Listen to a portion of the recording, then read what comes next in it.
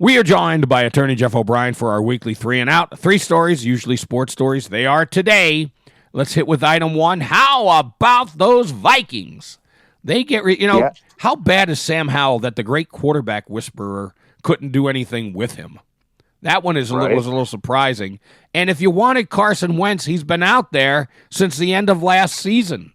Why not have gotten him instead of Howell? So I think that to me is what's alarming. And I'm thinking they probably figured Max Brosmer is better than Howell was, right? And that's why they did that. But how do you read into this? I'm not really sure why they wouldn't have gone and got Carson Wentz previously rather than going for Howell. But kudos to them. They got a 6th and a 7th pick. For Howell, there's some talk that they might end up packaging up. They might be amassing some picks to make a move for a receiver here to deal with this with what's going on with the receiver core right now. But that'll be happening today if they do, because cuts are tomorrow, and then there'll be a lot of guys on the market. Yep. No, I think that.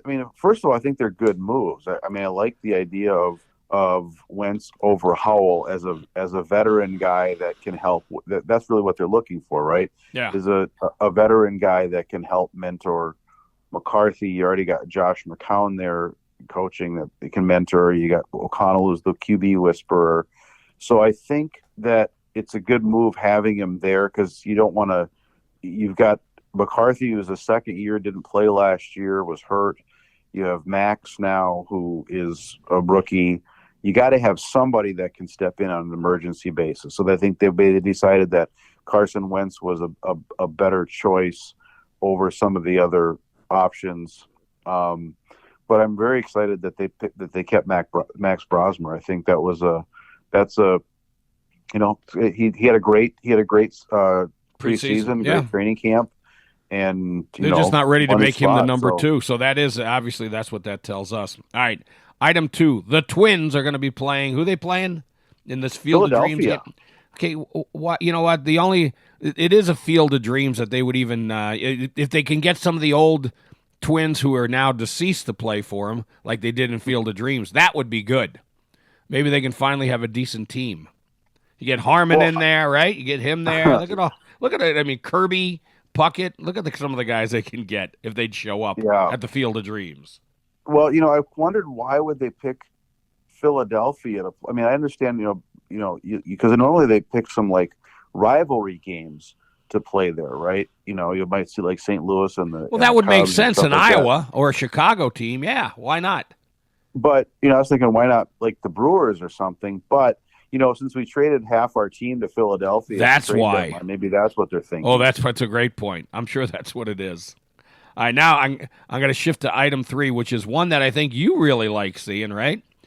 Yeah, I was surprised. No, it was nice. So it was announced over the weekend, I think, that that St. Thomas men's basketball is going to host their old friends from St. John's as part of the opening of the new arena here this season. There was the Tommy Johnny rivalry was probably the best in Minnesota college sports for a long, long time. And then when the Tommies moved up to Division I, I know you and I talked about it. Everybody was kind of bummed that this rivalry was gone because the Johnnies being in D3, but apparently a D1 basketball team can play a D3 in a non-conference or exhibition. And so they're since the Gophers keep coming up with ways to not play the Tommies went back to their old rival. And so the Johnnies are coming to the campus to play at the new arena for the basketball season. So I think that's going to be a really, really cool event. Well, and you know what? From the Johnny standpoint, they get a chance to step up and see what they got. And for the Tommies, it is a good old rivalry. And they still know each other. A lot of these guys, because there's still a lot of Minnesotans on that Tommies team, they all played against each other in high school. They know each other. So I think it is a good thing that they're going to do. You can't tell the story. You can't tell the story of St. Thomas athletics without including the St. John's rivalry. So I think it's great to open this new chapter in the basketball team's history and open that new arena with their old rival come in to play them. Now, Jeff, we're going to make a item 3. Actually, it's not a real. We'll go honorable mention items. I'm surprised you didn't mention what happened Friday night in the Vikings game in Tennessee. A NBA-like sex toy was thrown on the field. Do you think we're going to start seeing that at NFL games? I don't think we will, because normally they're pretty good about checking people with bags, and you have to have a transparent bag. I mean, that'd be a tough one to sneak in. If you're walking funny, maybe you should check someone. Yeah, I was going to say, I don't want to know how they snuck it in, but, this is more, we talked about it, I think it was last week, that this was all a publicity stunt from this crypto company. So I think it's kind of lost its edge after that was disclosed. But yeah, it was, I did see that, and that they were greeted with one of those on the field. So lovely. Yeah, it's just it just adds to the flavor of a preseason game. My God, what a mess! All right, now excited about the first game coming up? Yeah.